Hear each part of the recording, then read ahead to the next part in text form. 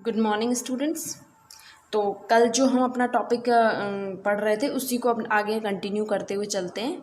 हमने बात की थी कि हमारी लोकल विंड्स में दो थी, गर्म पवनी और ठंडी पवनी। ठीक, दो हमने बातें की थी। सबसे पहले हम गर्म पवनों को पढ़ेंगे पूरे वर्ल्ड में, फिर हम ठंडी पवनों को पढ़ेंगे। ठीक है, हर जो है जगह के अंदर बहुत सारी जो हैं हवाएं चलती हैं, जो पवनें चलती हैं, कोई कहीं पर गर्म चलती हैं, कहीं ठंडी चलती हैं। ठीक, तो उनको अब हम पढ़ते हुए चलेंगे। ठीक है, देखिए सबसे पहले अगर हम बात करें, सबसे पहले एक पवन का नाम आता है फोन। फोन, देखो नाम थोड़े से आपको अटपटे लग सकते हैं, लेकिन इनको ना जब आप लोग एक दो और लगातार पढ़ते हुए चलेंगे तो कोई दिक्कत नहीं होगी। ठीक है, और जो ये हमारा थोड़ा विंड वाला जो टॉपिक था ये बहुत ज़्यादा लंबा था, क्योंकि देखो क्लाइमेटोलॉजी जो है ना वो पूरा ही थोड़ा सा टफ पड़ता है, लेकिन अगर आप लोग इसको क्लियर करते हुए चलेंगे, समझते हुए चलेंगे तो वो बहुत ईजी हो जाएगा। गर्म पवनों में अगर हम बात करें, सबसे पहले आती है हमारी फोन। फोन ये क्या है, जो हमारा यूरोप वाला क्षेत्र है। कॉन्टिनेंट तो आपको पता है ना, महाद्वीप, 7 महाद्वीप हैं। यूरोप कहाँ है, एशिया कहाँ है, वर्ल्ड में पता है आपको। देखिए जो यूरोप वाला जो क्षेत्र है, यूरोप में एक पर्वत है, कौन सा, आल्प्स पर्वत। उस आल्प्स पर्वत से के सहारे सहारे जो ये पवने, जैसे मान लीजिए ये पर्वत है, इस पर्वत के सहारे सहारे ये पवने ऊपर उठती है, और जब ये उत्तरी ढाल से जब इधर से ये नीचे उतरती हैं, तो इस पवन के प्रभाव से क्या होता है कि जो ये वाला जो एरिया है इसकी बर्फ ये पिघलने लगती है। जो ये फोन जो पवने होती हैं, गर्म पवने हैं। मान लीजिए ये पर्वत था यूरोप के अंदर, आल्प्स पर्वत, उससे जो है ये पवने इधर से ऐसे ऐसे धीरे धीरे चली। जब ये इस वाले हिस्से से वापस उतरेंगी तो इस क्षेत्र की जितनी भी बर्फ होती है, आपको पता है ना पर्वत पे बर्फ होती है, और यूरोप में तो खासकर होगी, इस वाले क्षेत्र में जो बर्फ है उसको ये पिघला देगी। जब ये पिघला देती हैं तो जो यूरोप में अंगूरों की जो खेती होती है, अंगूर की खेती के लिए ये पवने सबसे महत्वपूर्ण होती है। फोन पवने समझ में आई। फोन यूरोप के आल्प्स पर्वत के आसपास चलने वाली गर्म पवने हैं, जो अंगूर की खेती के लिए सबसे महत्वपूर्ण मानी जाती हैं। हर जो पवन है उसके बारे में आपको सिर्फ 1 या 2 लाइन याद रखनी है। ठीक है, दूसरी अगर पवनों की बात करें तो हम बात करें चिनूक। आपको पता है चिनूक जो पवने होंगी, चिनूक का अर्थ होता है हिमबख्शी। यानी कि जो हिम यानी जो बर्फ है उसको खाने वाला, बर्फ को पिघलाने वाला या बर्फ को खाने वाला, उसको हम कहते हैं चिनूक पवने। ये हमारी अमेरिका के अंदर जो रॉकी पर्वत है, अमेरिका की रॉकी पर्वत के आसपास ये पाई जाती है। अमेरिका के रॉकी पर्वत से जो पवने चलती हैं उनको हम चिनूक पवने कहते हैं। ठीक, सिर्फ 2 लाइन याद रखनी है आपको, मैं बार बार कह रही हूँ। इसका लास्ट में जब ये खत्म होगा तो हम इसको एक बार मैप में पूरा भरेंगे। ठीक है, जब मैप में भरेंगे तो आपको इस वाले जो टॉपिक है उसके अंदर आपको मैप जरूर बनाना है। फोन पवन की बात करें तो यूरोप के आल्प्स पर्वत, सीधा डायरेक्ट दिमाग में आ जाना चाहिए। चिनूक पवनों की बात करें तो ये रॉकी पर्वत में आ जाएगी, अमेरिका का रॉकी पर्वत। ठीक है, और जब हमने फिजिकल ज्योग्राफी में वो पढ़ रहे थे, कौन सा, जियोमॉर्फोलॉजी जब पढ़ा था तो मैप देखा था हमने, रॉकी एंडीज पर्वत के बारे में बात भी की थी। तो फोन और चिनूक पवने हुई। तीसरी पवन जो आती है हमारी लू कहाँ चलेगी, भारत और पाकिस्तान के अंदर चलती है लू। ये गर्म पवनी होती है जो मई जून के आसपास चलती है, शुष्क हवा होती है ये, और ये सब चीज़ें आपको पता है। लू कहाँ चलेगी, भारत पाकिस्तान के अंदर चलती है। देखो पवने वही होती हैं जो हमारे यहाँ लू चल रही है ना, वैसे ही वहाँ पर अलग अलग इनको नाम दिए। जैसे यूरोप में फोन कह दिया, चिनूक कह दिया अमेरिका के अंदर। अब एक चौथी इसमें आती है हरमटन। ये चलती है पश्चिमी अफ्रीका के। मान लीजिए ये आपका अफ्रीका वाला जो भाग था, अफ्रीका का जो ये पश्चिमी भाग है, ये वाला जो भाग है, पश्चिमी भाग के में ये पवनें चलती हैं और ये इतनी गर्म और शुष्क होती हैं, बहुत तेज रफ्तार से ये धूल भरी होती है। इन्हीं पवनों को हम डॉक्टर विंड्स भी कहते हैं। डॉक्टर विंड्स कहते हैं किनको? हर्मटन जो पवनें होती हैं उनको हम डॉक्टर विंड्स भी कहते हैं। क्योंकि क्या होता है कि जो ये वाला क्षेत्र होता है अफ्रीका का, जो ये वाला क्षेत्र होता है, क्योंकि यहाँ बहुत गर्म है, अफ्रीका आपको पता है गर्म क्षेत्र है, इधर की साइड हमारा समुद्र है, इसलिए क्या होता है यहाँ पर ह्यूमिडिटी बनी होती है और हमेशा चिपचिपाहट बना होता है। इतना चिपचिपाहट कि यहाँ के जो लोग होते हैं ना, वो अपने शरीर के ऊपर एक राख जैसा जो होता है लेप लगा के रखते हैं। यहाँ पर बहुत ज़्यादा चिपचिपाहट यानी ह्यूमिडिटी बहुत ज़्यादा होने की वजह से अजीब सा मौसम होता है।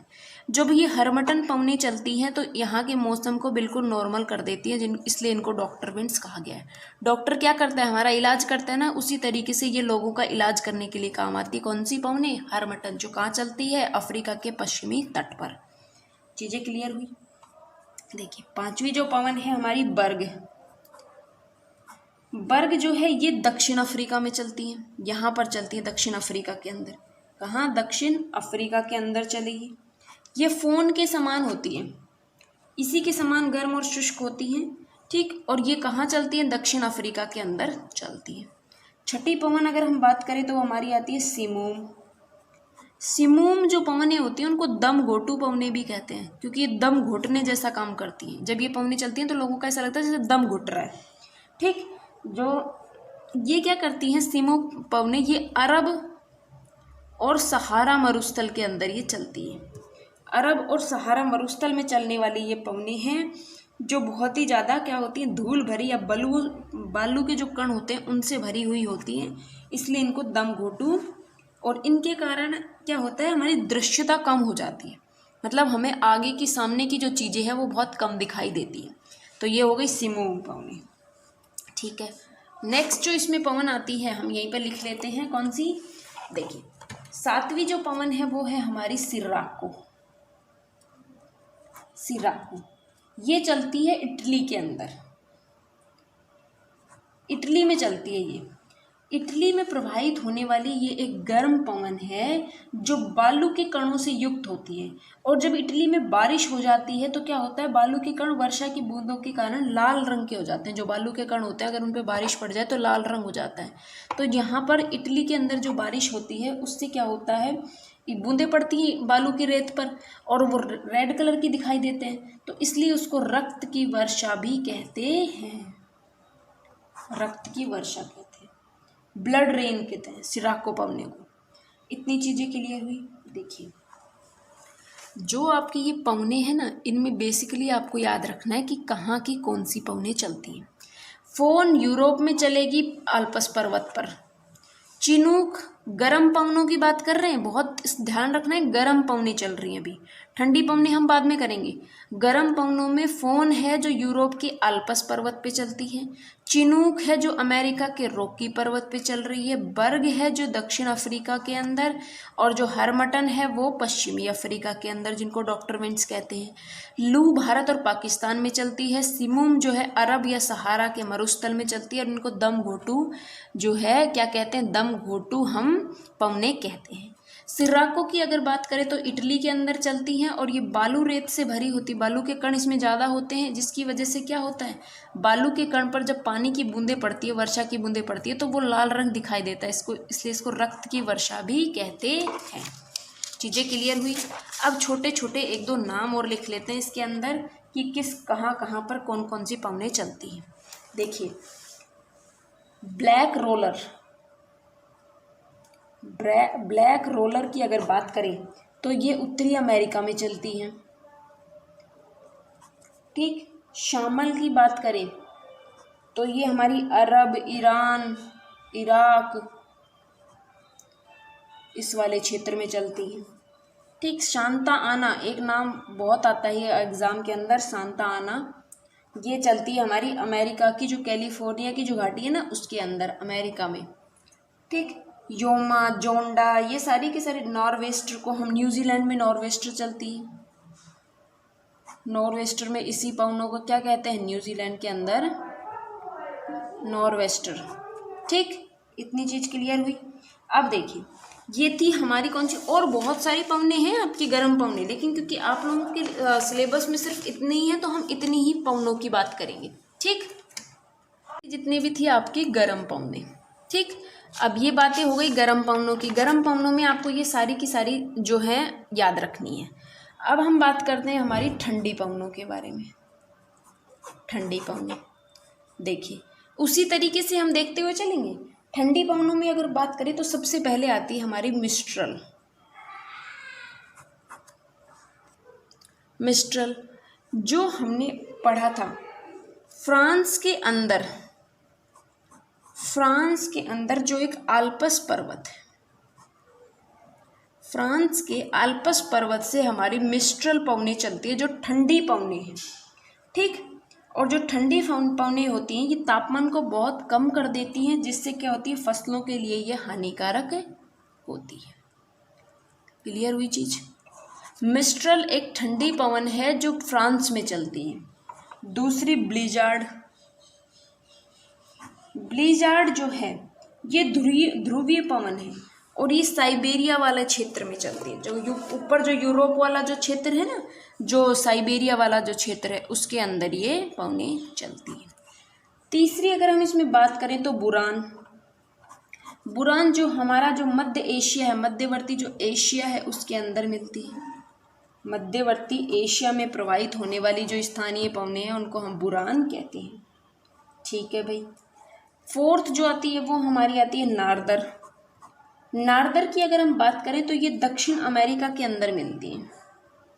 दक्षिण अमेरिका में जो पवने चलती हैं ठंडी पवने, उनको हम नार्दर कहते हैं, नार्दर कहते हैं। ठीक है। एक जो हमारे यहाँ पर जो पवने आती हैं वो आती है बाइज।